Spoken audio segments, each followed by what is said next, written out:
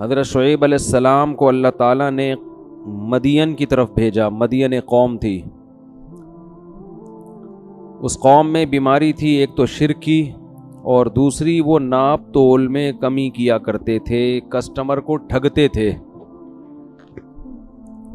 2 نمبری کرنا. تو حضرت شعیب علیہ السلام نے ان کو سمجھایا اوفوا الکیل والمیزان، جب وزن کرو یا کیل کرو. کیل کہتے ہیں مخصوص پیمانہ، مخصوص برتن جس کو ناپنے کے لیے رکھا ہو. آپ کو پتہ ہے نا کسی بھی چیز کو ناپنے کے عام طور پر 3 طریقے ہوتے ہیں. ایک کو اردو میں کہتے ہیں مساحت، یعنی گزوں کے ذریعے ناپا جائے کسی چیز کو، فٹ کے ذریعے ناپا جائے. پنجاب میں ایک کنال زمین ہوتی ہے نا، کہتے ہیں ایک کنال ہے 3 مرلے ہے. وہ ہماری سمجھ میں آ ہی نہیں رہا ہوتا جب ہم پوچھتے ہیں یہ کتنی ہے، کہہ رہے ہیں اتنے مرلے. تو پتہ نہیں مرلے کیا ہوتا ہے بھائی، گزوں میں بتاؤ. تو مرلے، گز، کنال، ایکڑ، یہ مساحت کہلاتی ہے. اور ایک طریقہ ہوتا ہے کسی چیز کو وزن کر کے بیچنا. ہم جب دکاندار کے پاس جاتے ہیں، بھئی اتنے کلو گوشت دے دو، اتنے کلو ٹماٹر دے دو، تو یہ بھی ایک طریقہ ہے. ایک طریقہ ناپنے کا ہوتا ہے کیل. مخصوص برتن ہوتے ہیں کہ اس برتن میں جتنا آ جائے، چاہے وزن اس کا کچھ بھی ہو. جیسے لیٹر، 1.5 لیٹر والی بوتل، 1.5 litre petrol, 1.5 litre, 2 litre diesel. اب وہ کیا ہوتا ہے، ایک مخصوص برتن میں جتنا ڈیزل آ جائے اس کو ہم کیا کہتے ہیں کہ یہ 1 لیٹر ہے یا 2 لیٹر ہے. تو اس کو عربی میں کیل کہتے ہیں. کیل مخصوص برتن پہلے عربوں میں ہوا کرتے تھے. عرب میں آٹا، دال، چاول تول کر نہیں بیچے جاتے تھے، مخصوص برتن ہوتے تھے. صاع، 1 صاع، آدھا صاع، وہ خاص برتن میں جتنا آٹا آ جائے. کھجور بھی ایسے ہی بکتی تھی. اس کو کہتے ہیں کیل. اور ایک طریقہ ہوتا ہے عدد، جیسے بھائی اتنے درجن کیلے، اتنے درجن انڈے، یہ عدد ہے نا. تو یہ 4 طریقے ہوتے ہیں عام طور پر پیمانہ کرنے کے. تو ان 4 طریقوں میں یہ لوگ ڈنڈی مارا کرتے تھے، خاص طور پر کیل میں اور وزن میں. گننے میں تو ڈنڈی مارنا تھوڑا مشکل کام ہوتا ہے. جب آپ کوئی چیز گنتے ہیں نا تو سامنے والا بھی تو گنتا ہے نا اس کو، لیکن تولنے میں یہ گڑبڑ ہوتی ہے کہ آپ کے پاس جو وزن ہوتا ہے وہ آپ تھوڑا کم رکھتے ہو. اور بعض دفعہ ایسے بھی ہوتا ہے، ہمارے حضرت فرمایا کرتے تھے کہ بعض لوگ یوں کرتے ہیں کہ جیسے 1 کلو کا بٹا رکھا اور جب یہاں 1 کلو ٹماٹر تول رہے ہیں نا تو وہ آخری ٹماٹر ایسے زور سے ترازو میں ڈالتے تھے. ڈیجیٹل ترازو تو اب آئے ہیں نا، پہلے تو وہ تو جیسے زور سے ڈالیں گے اس کا وزن کیا ہو جاتا ہے، ایسے پھینک کے. تو یہ ڈرامے ہوتے ہیں. آج کل ڈیجیٹل ترازو میں لوگوں نے گڑبڑ کی ہوتی ہے. ایک صاحب مرغی لے کر آئے، مجھے خود بتایا کہ وہاں وزن کچھ اور تھا. گھر میں بھی کہتے ہیں میں نے ترازو رکھا ہوا ہے، وہاں وزن کچھ اور تھا. تو یہ طریقے، گھٹیا طریقے، لوگوں کو دھوکہ دینے کے اور حرام کمانے کے طریقے ہیں. یہ مرض 2-4 لوگوں میں نہیں، پوری قوم میں سرایت کر گیا تھا. جیسے ہمارے ہاں بھی ہے، چند لوگ آپ کو صحیح ملیں گے. اور پیٹرول پمپ پہ دیکھیں آپ، بہت دفعہ ایسا ہوتا ہے ہم ڈیزل ڈلواتے ہیں، پیٹرول ڈلواتے ہیں، اس پمپ سے ڈلواؤ تو صحیح ایوریج ملتا ہے، اس پمپ سے ڈلواؤ تو آگے جا کے ختم ہو جاتا ہے. یہ 2 نمبریاں ہو رہی ہیں. اتنا برا عمل ہے نا اللہ کی نظر میں، یہ اس کو ہلکا جرم نہ سمجھیں. دیکھو اللہ کو 2 نمبر لوگ پسند نہیں ہیں. اسلام کی دعوت اور جو کفر کی دعوت ہے اس میں فرق کیا ہے؟ غیر مسلم آپ کو اخلاقیات سکھاتا ہے، مینر سکھاتا ہے. قرآن کہتا ہے نا نا نا نا نا، ان چیزوں کا صرف اخلاقیات سے تعلق نہیں ہے، ان کا خدا کی نافرمانی سے تعلق ہے. یہ گناہ ہے، جرم ہے، یہ اللہ کی نافرمانی ہے. لہذا اس پہ سزا تمہیں وہ نہیں ملے گی جو دنیا دیتی ہے. دیکھو اگر میں کہیں سے آلو خریدتا ہوں، اس کو خوب اچھی طرح سمجھیں، اسلام میں اور غیر مسلم میں فرق کیا ہے. میں اگر کہیں سے آلو خریدتا ہوں، اس نے 20 روپے کے 100 روپے کے آلو میں 1 کم ڈال دیا اس نے، میں کیا کروں گا جا کے؟ تھوڑا سا برا بلا کہہ کے واپس آ جاؤں گا کیونکہ اس نے مجھے ایک آلو کا نقصان پہنچایا ہے. یہی ہوگا نا. اللہ کہتا ہے نہیں, وَيْلٌ لِّلْمُطَفِّفِينَ, تباہی ہے ان لوگوں کے لیے جو ناپ تول میں کمی کرتے ہیں. الَّذِينَ إِذَا اكْتَالُوا عَلَى النَّاسِ يَسْتَوْفُونَ, جب حق لینے کی باری آتی ہے تو پورا پورا وصول کرتے ہیں, دینے کی باری آتی ہے تو ڈنڈی مارتے ہیں. الا یظن اولئک انہم مبعوثون, انہیں پتہ نہیں ہے کہ آخرت میں ان کو اس جرم کا اللہ کے سامنے حساب دینا ہے. تو یہ جو نافرمانی کر رہے ہیں یہ کسٹمر کی نافرمانی بعد میں ہے, یہ اللہ کی نافرمانی پہلے ہے. تو جہنم کی آگ کی سزا اللہ نے اپنی نافرمانی کی وجہ سے رکھی ہے, آلو کم دینے کی وجہ سے نہیں رکھی.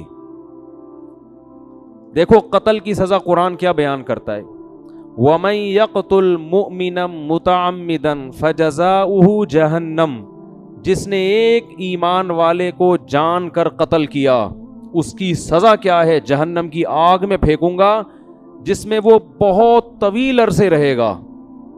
وَغَضِبَ اللَّهُ عَلَيْهِ, اللہ کا اس پر غضب بھی ہوگا اور اللہ کی اس پر لعنت بھی ہوگی, اور بہت بڑا عذاب اللہ نے اس کے لیے تیار کر کے رکھا ہے. سوال پیدا ہوتا ہے اتنی سخت سزا تو مقتول بھی نہیں دینا چاہتا اپنے قاتل کو. بھائی اگر مقتول کو زندگی دی جائے اور کہا جائے اس نے تمہیں قتل کیا تھا تو تم کیا سزا, وہ کہے گا عمر قید میں ڈال دو, اس کو بھی قتل کر دو, یہی کہے گا نا, اس سے اتنے پیسے لے لو. وہ یہ کبھی نہیں چاہے گا کہ اس کو ایک طویل عرصے کے لیے آگ میں بولو پھینک دیا جائے. تو مذہب یہ کہتا ہے کہ تم نے لوگوں کے حقوق ادا کرنے ہیں اللہ کے کا حق سمجھ کے, لوگوں کا حق سمجھ کے نہیں, بلکہ کس کا حق, بولو اللہ کا حق سمجھ کے.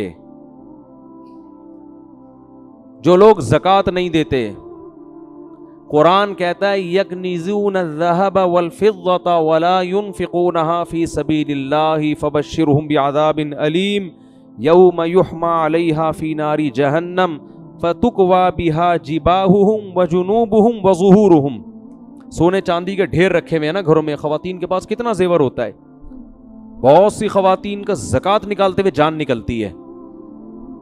ارے اتنی زکوٰۃ, ارے اتنی کہاں سے دیں, جس خدا نے تمہیں اتنا نوازا ہے. زکوٰۃ وہی نکالتا ہے جس کے پاس اضافی ضرورت سے زائد چیزیں ہوتی ہیں. سال میں ایک دفعہ اللہ تم سے تھوڑے سے پیسے مانگ رہا ہے, خوش دلی سے دینا چاہیے. اے اللہ اتنا کہ ہم تو ڈبل دیں گے. کیسے, میں دیکھتا ہوں بعض خواتین کو پیشانی پہ لکیریں, یہ کیسے نکالیں بھائی, کیسے, یہ تو بہت زیادہ ہو گیا. تو اللہ کیا فرماتے ہیں, جو لوگ زکوٰۃ نہیں دیتے میں اسی سونے اور چاندی کو پگھلا کر ان کی پیشانیوں کو داغوں گا قیامت کے دن, اور کہوں گا ھذا ما کنزتم لانفسکم, یہ ہیں وہ خزانے جو تم نے اپنے لیے جمع کر کے رکھے تھے. اب زکوٰۃ غریب کا حق ہے نا, کیا خیال ہے؟ غریب سے اگر کہا جائے کہ اس نے تمہیں زکوٰۃ نہیں دی تھی, تم کیا سزا تجویز کرو گے, وہ کہے گا 2 تھپڑ لگا دو اس, یہی کہے گا نا. نہیں آ رہی بات, میرا خیال ہے وہ کبھی اس پہ راضی نہیں ہوگا کہ اس سونے اور چاندی کو پگھلا کے اس کی پیشانی کو داغا جائے, یہ گرم کر کے اس کی پیشانی پہ ڈالی جائے. وہ کہے گا بھائی یہ اتنا بڑا جرم نہیں ہے. لیکن اللہ کہے گا جرم اس لیے ہے کہ زکوٰۃ غریب کا حق نہیں ہے. زکوٰۃ کس کا حق ہے؟ میرا حق ہے. میں نے پیسہ دیا ہے تو مجھے اس کا ٹیکس دو, میرا شکر ادا کرو. اور میرا شکر ایسے ہوگا کہ جن غریبوں کا رزق میں نے اپنے ذمے لیا ہے وہ اسی طرح لیا ہے کہ کسی کو براہ راست دوں گا, کسی کو تمہارے ذریعے سے دوں گا. تو اب تم دو. اس لیے علماء کہتے ہیں جب ہم غریب کو زکوٰۃ دیتے ہیں تو اصل میں غریب اللہ کا وکیل بن کے قبضہ کر رہا ہوتا ہے, دے اللہ کو رہے ہیں. جیسے میں نے کسی کو پیسے دینے ہیں دکان پہ, قرضہ چڑھا ہوا ہے, فرض کرو آپ نے مجھے پیمنٹ کرنی 1 لاکھ روپے, میں کہتا ہوں یار وہ ڈائریکٹ جا کے راشن والے کو دے دو, میرا قرضہ چڑھا ہوا ہے. چڑھا ہوا نہیں ہے, ایک مثال دے رہا ہوں, ٹھیک ہے نا. آپ جا کے ڈائریکٹ اس کو دے دیں تو اس کا ہاتھ ہوگا, اصل میں وہ کس کا ہاتھ ہے؟ میرا. وہ میرا نمائندہ بن کے, وکیل بن کے قبضہ کر رہا ہے, آپ مجھے ہی دے رہے ہیں. ورنہ آپ کو اس سے کیا واسطہ, وہ کون ہے, آپ کا راشن سے کیا تعلق بھائی. تو اللہ تعالیٰ بھی ہم سے پیمنٹ مانگتے ہیں, بھائی میری پیمنٹ کا ٹائم آ گیا, مجھے دے دو. اگر تم شکر ادا کرتے ہو نا, مانتے ہو کہ پیسہ میں نے دیا ہے, تو نکالو پیسے. اے اللہ کہاں عرش پہ جائیں ہم تجھے دینے کے لیے؟ نہیں آ رہی بات میرا خیال ہے. اے اللہ ہم عرش پہ جائیں, ہم کہاں جائیں؟ کیا بیت اللہ جا کے خانہ کعبہ میں ڈال دیں؟ آغا خانی لوگ تو ڈال رہے ہوتے ہیں نا, وہ اپنے ان کو باباؤں کو دے رہے ہوتے ہیں, اور کچھ لوگ نٹی جھٹی کے پل پہ جا کے کچھ پرچیاں ڈال رہے ہوتے ہیں, پتہ نہیں وہ سمجھتے ہیں اللہ تک پہنچ جائے گی یا حضرت فلاں تک پہنچ جائے گی. اللہ نے سمپل طریقہ رکھا ہے. اللہ فرماتے ہیں مجھ تک پہنچنے کے لیے مجھے دینے کی ضرورت نہیں ہے, کچھ میرے نمائندے اور وکیل ہیں دنیا میں. اس نوعیت کے جو غریب تمہیں مارکیٹ میں نظر آئے, کوئی بھی نظر آئے تو بس وہ میرا نمائندہ ہے, اس کو پکڑا دو, نہیں دیا تو میں نہیں چھوڑوں گا تمہیں. سمجھ میں نہیں آ رہی بات؟ تو دیکھو اسلام اور غیر اسلام میں فرق یہ ہے کہ مسلمان مخلوق کا حق ادا کرتا ہے اللہ کا حکم سمجھ کے. عبداللہ ابن مسعود رضی اللہ تعالی عنہ اپنے غلام کو کوڑے مار رہے تھے. غلام پہ کیا کر رہے تھے؟ بہت سختی, ماتحت تھا, بہت ٹھکائی لگائی اس کی. آپ صلی اللہ علیہ وسلم نے دیکھ لیا, فرمایا للہ اقدر علیک منک علیہ, اے ابن مسعود تجھے جتنی اس غلام پر اللہ نے قدرت دی ہے نا مارنے کی, اللہ کو تجھے سزا دینے کی قدرت تجھ پر اس سے بھی زیادہ ہے. اب دیکھو اللہ کیوں سزا دے رہا ہے؟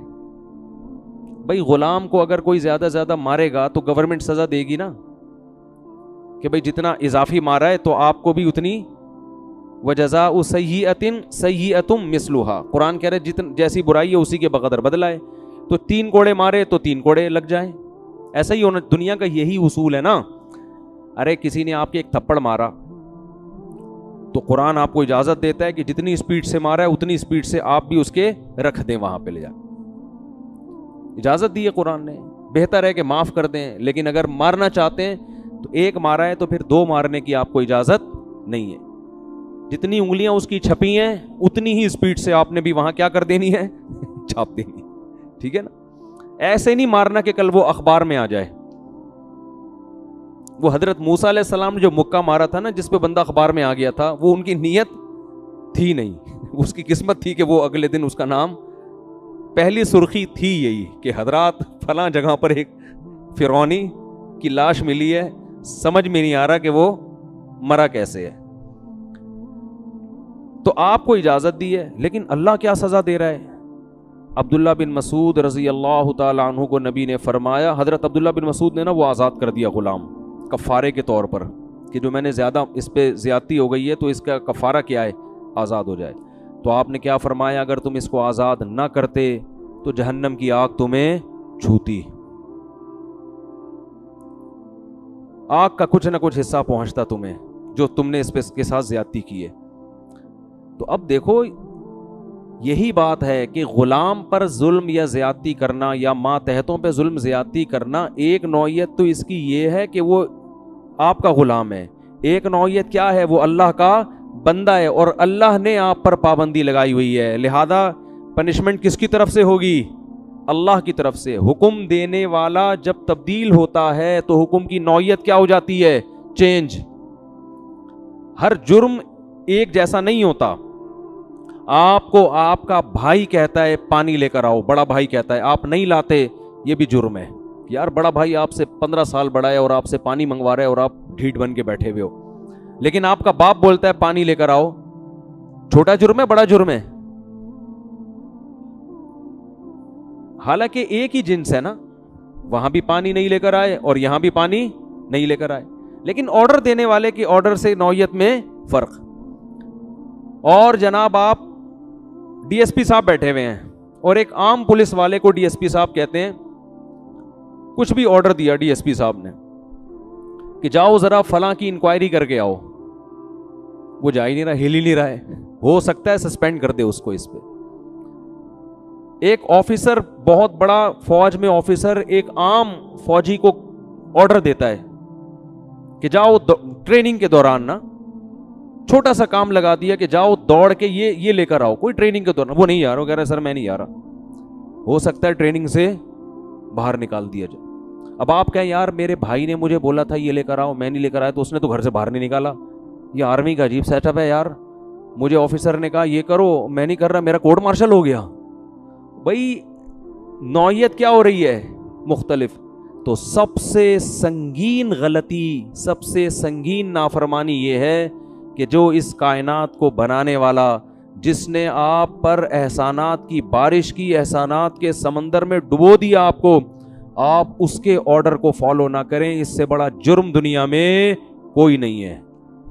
لیکن اس کی رحمت چونکہ اس کے غصے پر غالب ہے، اس لیے اس نے ایک رحمت والا معاملہ کیا ہے کہ ایک دفعہ بھی جرم کرو گے نا تو اصولی طور پر تو اس کی سزا یہ بننی چاہیے تھی کہ میں تمہیں جہنم کی آگ میں ڈالوں، لیکن موت سے پہلے پہلے میں نے توبہ کا آپشن رکھا ہے. یہ آپشن گھروں میں نہیں ہوتا. نہیں یاری بات سمجھ میں.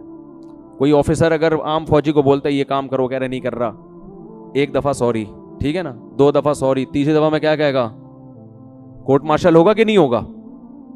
لیکن اللہ نے 3 کروڑ دفعہ بھی اگر آپ نے نافرمانی کر لی اور 3 کروڑویں مرتبہ آپ نے توبہ کر لی تو موت سے پہلے پہلے توبہ کا آپشن بولو رکھا ہے، کیونکہ وہ اس کی رحمت اس کے غصے پر غالب ہے. لیکن وہ رحمت جب ہی ہوگی نا جب آپ بھی تو کچھ کریں. آپ سوری کرنے کے لیے تیار ہی نہیں ہو تو پھر کیسے وہ آپ اس کی رحمت کی امیدیں لگا کے بیٹھتے ہو؟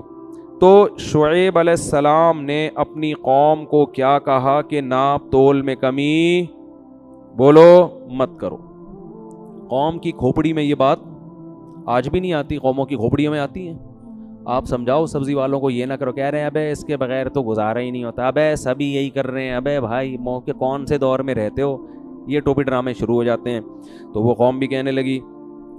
پھر وہ ایک جرم یہ بھی کرتے تھے کہ راستوں میں بیٹھ جاتے تھے، اور جو لوگ بھی حضرت شعیب پر ایمان لاتے نا ان کو وسوسے ڈال ڈال کے اللہ کے راستے سے روکتے تھے، جو کام آج فیس بک اور یوٹیوب پہ ہو رہا ہے. اچھے بھلے لوگ جب دین کی طرف آتے ہیں ان کو فرقواریت میں الجھا دینا، ان کو علماء کے خلاف، محدثین فقہا کے خلاف، صحابہ کے خلاف، وہ صحابہ سے ہی غلطی ہوئی، وہ اسلام ہی مشکوک لگنے لگتا ہے. اسلام کے جو بیسک احکام ہیں جو صدیوں سے جن پر اتفاق چلا آ رہا ہے ان میں شک پیدا کر دینا. جیسے غامدی صاحب تو ماشاءاللہ ہول سیل کے حساب سے یہ کام کر رہے ہیں. میرا دل نہیں چاہتا نام لوں لیکن کیا کروں، پھر وہ سمجھانا پڑتا ہے نا. ہر اسلام کے موٹے موٹے احکام میں کیا پیدا کر دیا؟ شک. اس سے کیا ہوگا؟ لوگ نا ہر حکم کے میں کنفیوز ہو جائیں گے. اسلام کے بہت سے احکام ایسے ہیں جن کو فالو کرنے میں بڑی قربانی دینی پڑتی ہے، بہت بڑی قربانی. اگر آپ اس میں کنفیوز ہو جائے نا کہ یہ اللہ کا حکم ہے بھی یا نہیں ہے تو آپ قربانی دینے کے لیے آمادہ نہیں ہو. 3 طلاق کا مسئلہ دیکھ لو، غصے میں لوگوں کے منہ سے 3 طلاقیں نکل جاتی ہیں. اب کچھ لوگوں نے کنفیوز کر دیا، کہا کہ 1 ہے، کوئی کہا 3 ہے، تو اب آپ کے لیے اس 3 والے حکم کو فالو کرنا بہت مشکل. کہو گے یار پتہ نہیں حرام ہوئی بھی ہے، میں اچھی بلی بیوی بچے چھوڑ دوں، حالانکہ یہ بھی اتفاقی مسئلہ چلا آ رہا تھا صدیوں سے. تو ایسے ہر مسئلے میں کیا کنفیوژن. پہلے یہ تھا کہ بھائی 3 ہی ہوتی ہیں، غصے میں نکلی جو بھی ہے رو یا دھوئے گا، لیکن یار واپسی کا آپشن کیا ہو گیا؟ ختم، صبر آ جائے گا. اب صبر نہیں آتا کیونکہ فتوے دینے والے آپ کو مارکیٹ میں ہول سیل کے حساب سے ملیں گے. تو یہ جو امت کی اجتماعیت کے خلاف جو لوگ چل رہے ہیں نا، یہ بھی لاشعوری طور پر لوگوں کو اللہ کے راستے سے روک رہے ہیں. اسلام کے بہت سارے احکام میں تراویح دیکھ لو، صدیوں سے لوگ 20 رکعت تراویح پڑھتے چلے جا رہے ہیں. اب کیا ہے؟ تراویح میں کنفیوژن پیدا ہو گئی، یار پتہ نہیں کتنی ہے، اس کے کلپ سنو، یہ اس کے کلپ سنو. اب وہ شوق اور رغبت رہے گی؟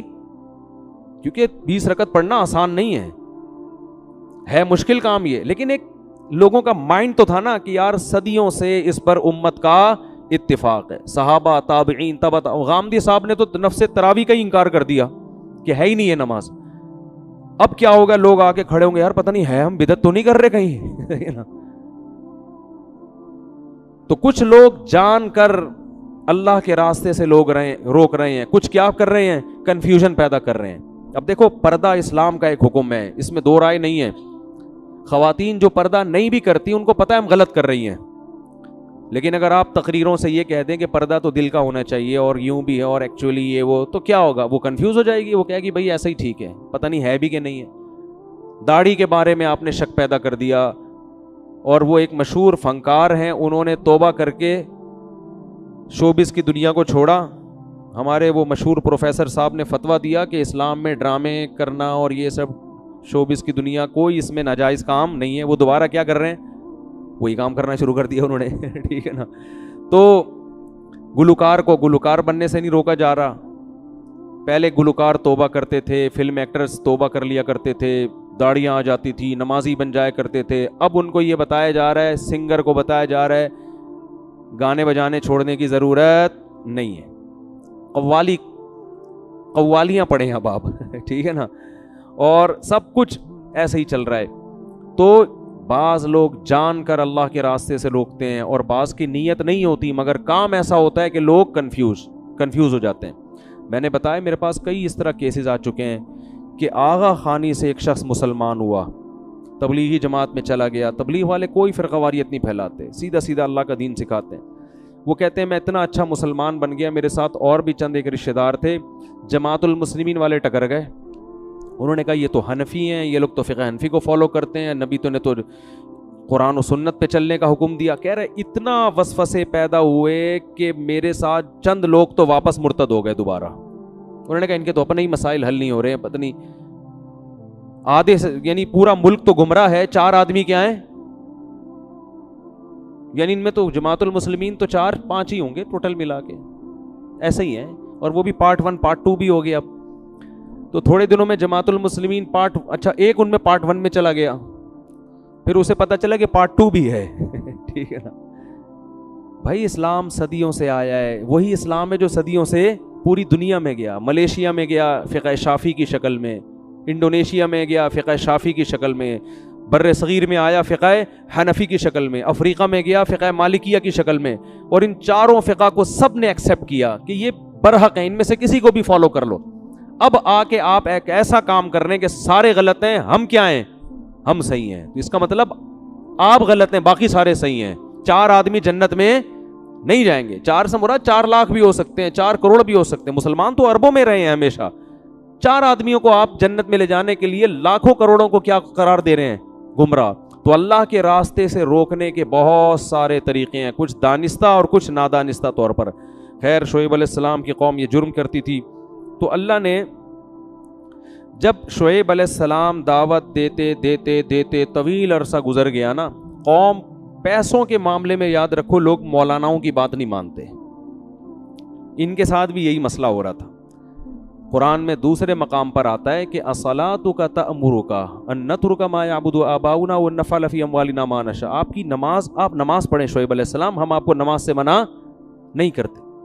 ہماری تجارت میں آپ دخل اندازی مت کریں. پیسہ کیسے کمانا ہے یہ آپ کو نہیں پتا, یہ ہمیں پتا ہے. اب لوگ مولویوں سے تجارت کے مسائل نہیں پوچھتے. میں نے پچھلے سال نا تبلیغ کے کچھ اکابر تھے کیا ہیں, اللہ ان کی عمر میں برکت دے, پروگرام بنایا کہ ہم تاجروں کے لیے ورک شاپ کرواتے ہیں, ان کو تجارت کے مسائل سکھائیں گے. بڑے بڑے تاجروں سے میں نے رابطہ کیا, کسی نے لفٹ نہیں کرائی. میں نے ان بزرگ کو فون کیا, میں نے کہا لفٹ ہی نہیں کرا رہا کوئی. ویسے حضرت جی ہر وقت آگے پیچھے, مفتی صاحب ہمارے یہاں کب آئیں گے, ٹھیک ہے نا. اور نارملی بیان کے لیے بہت لوگ, انہوں نے کہا یہ جو تجارت کے مسائل کا لیبل ہے نا یہ بڑا خطرناک ہے. لوگ یہ سمجھتے ہیں مولانا لوگ ہماری تجارت میں کیا کر دیں گے, ٹانگ اڑا دیں گے, یہ حرام ہے, یہ ناجائز ہے. اچھا بھلا ابھی چل رہا ہے, چلنے دو, پتہ نہیں فیکٹری ہی نہ بند کروا دیں کہیں. سمجھ میں نہیں آ رہی بات, حالانکہ ایسا بالکل بھی نہیں ہے. تو انہوں نے کہا ٹیکنیکل طریقے سے آپ ان کو یہ نہیں بتائیں کہ ہم تجارت کے مسائل بتا رہے ہیں, یہ مسائل کے لفظ سے ڈریں گے. ان کو یہ بتائیں ہم تجارت کے فضائل کی ورکشاپ کروا رہے ہیں. صحیح ہے نا, اسلام میں تجارت کے فضائل بھی ہیں نا. لیبل فضائل کا ہو, جیسے وہ لیبل ہوتا ہے امت کے اتحاد کا, کام کیا ہو رہا ہے, آگ لگانے کا. وہ بزرگ نے یہ لکھا, وہ بزرگ نے یہ لکھا, امت کو میں جوڑ رہا ہوں. ابھی عجیب طریقے سے جوڑ رہا ہے بھائی. تو میں لوگوں سے کہتا ہوں نا, آپ نے اپنے تمام رشتہ داروں کو گھر میں بلایا, دعوت دی, سب آ کے بیٹھ گئے, پھر آپ نے سب کے عیب نکالنا شروع کی. میرے ماموں اس دن یہ کر رہے تھے, میرے چاچو اس دن یہ کر رہے تھے, تیرے پپا نے یہ کیا.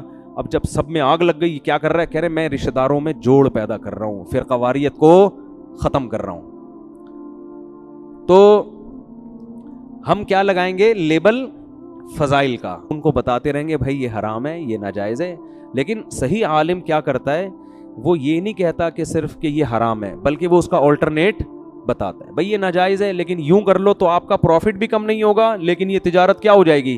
جائز ہو جائے گی.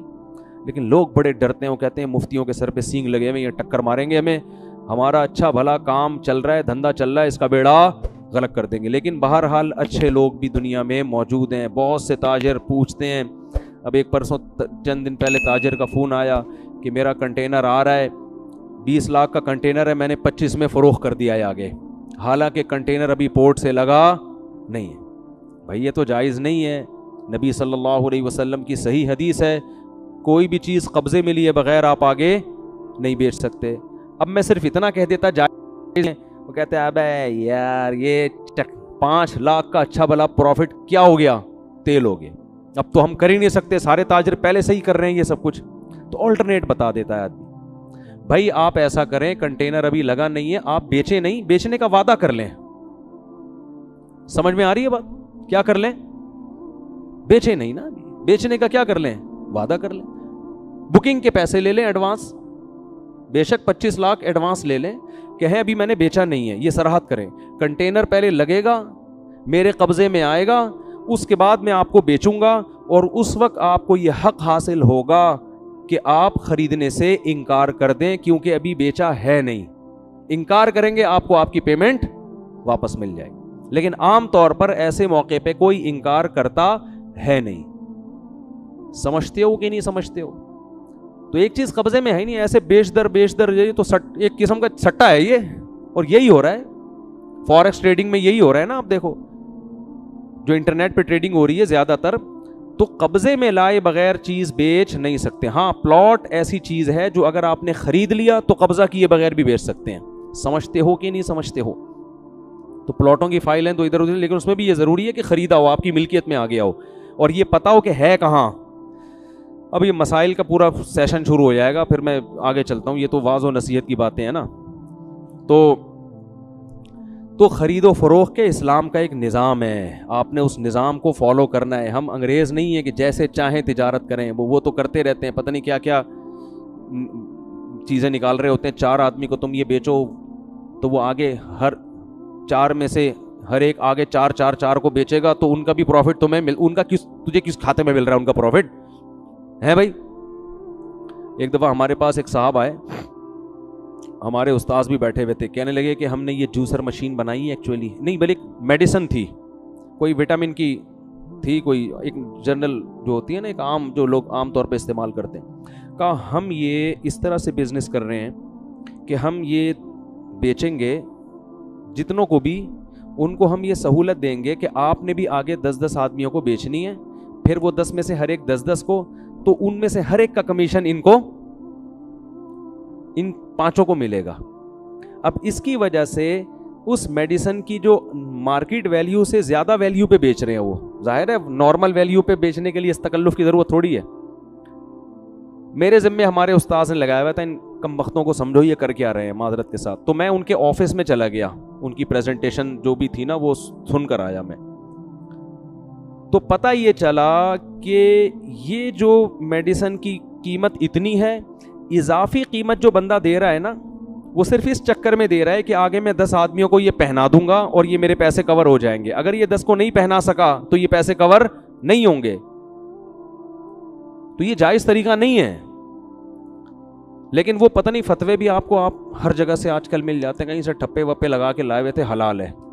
تو ہمارے استاذ نے ان کو ڈانٹا کہ اگر یہ اتنی بہترین دوا ہے تو کم بختوں تو میں کہہ رہا ہوں، جا کے انسان کے بچوں کی طرح میڈیکل اسٹور پہ کیوں نہیں رکھوا دیتے اس کو بھائی؟ اس کی آپ پبلسٹی کریں، اس کی ایڈورٹائزمنٹ کریں، بتائیں بھائی اتنی مفید چیز ہے، لوگ خریدیں. ان کو پتہ ہے لوگ اس طرح سے نہیں خریدیں گے، اور اس کا نقصان ان کو ہوگا جو آخر میں رہ جائیں گے، جن سے خریدنے والا کوئی بھی نہیں ہوگا. یہ چین چلتی ہے ایسے. تو یہ ناجائز ہے. تو سیدھی طریقے سے انسان کے بچوں کی طرح پیسہ کماؤ میرے بھائی. جیسے ساری دنیا یہ گورے جو ہے نا کھوپڑی لڑاتے رہتے ہیں، کسی طرح سے پیسہ ہم اپنے پاس سمیٹیں، اس میں لوگ کروڑ پتی بن گئے ہیں بیٹھے بیٹھے. اب آپ نے وہ جوسر مشین یا میڈیسن 10 کو بکوا دی اور آپ آرام سے بیٹھ گئے، وہ 10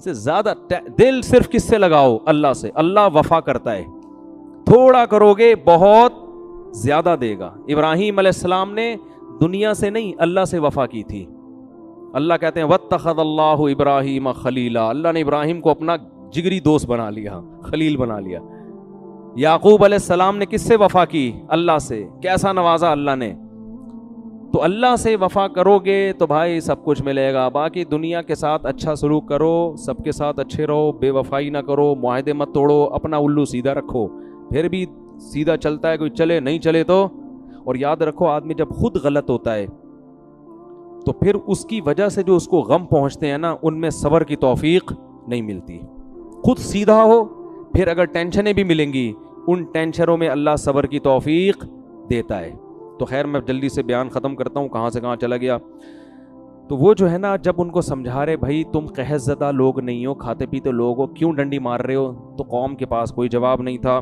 وہ کہنے لگے لنخرجنک یا شعیب, اے شعیب ہم تجھے اپنی بستی سے نکال دیں گے, بہت زیادہ ہو گئی ہے, ہم کیا کریں گے, آپ کو اپنی بستی سے نکال دیں گے.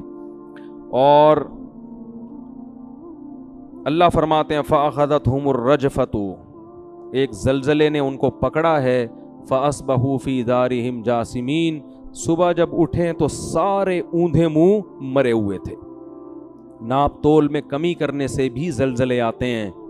جب تجارت میں لوگ خیانتیں کرتے ہیں, جھوٹ بولتے ہیں, ان سے بھی کیا ہوتا ہے, آسمانی آفتیں آتی ہیں.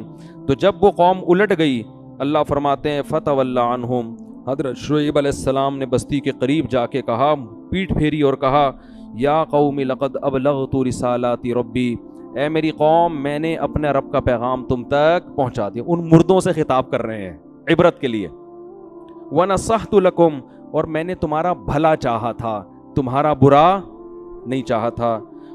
فَكَيْفَ آسَىٰ عَلَىٰ قَوْمٍ كَافِرِينَ, اب بتاؤ میں تم پر افسوس کیسے کروں.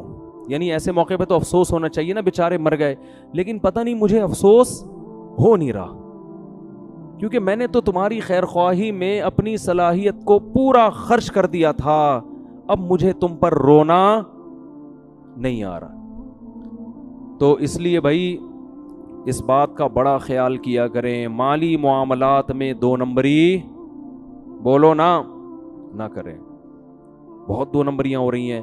کمپنیاں بھیجتی ہیں آپ کو گاڑی ریپیئر کروانے کے لیے, جتنے کی ریپیئر ہو بل بنا کے لے آنا. دونوں طرف سے کھانچے کھلے ہوئے ہیں. میکینک سے کھانچا یہ کھلا ہوا ہوتا ہے کہ بل زیادہ بنا کے دینا. 1000 کا کام ہوا ہے تو بل کیا بنے گا, 1200 روپے کا. زیادہ بنانے کے عوض میں 50 تیرے اور 150 میرے. یہ ہو رہا ہے سعودی عرب میں بھی ہو رہا ہے, دبئی میں بھی ہو رہا ہے, اور ماشاءاللہ ہمارے ملک میں تو سب سے زیادہ ہو رہا ہے. تو یہ ناجائز ہے. یہ کہاں سے جائز ہو گیا؟ خیانت کیوں کر رہے ہو آپ اس کے ساتھ؟ ہوتا ہے کہ نہیں ہوتا؟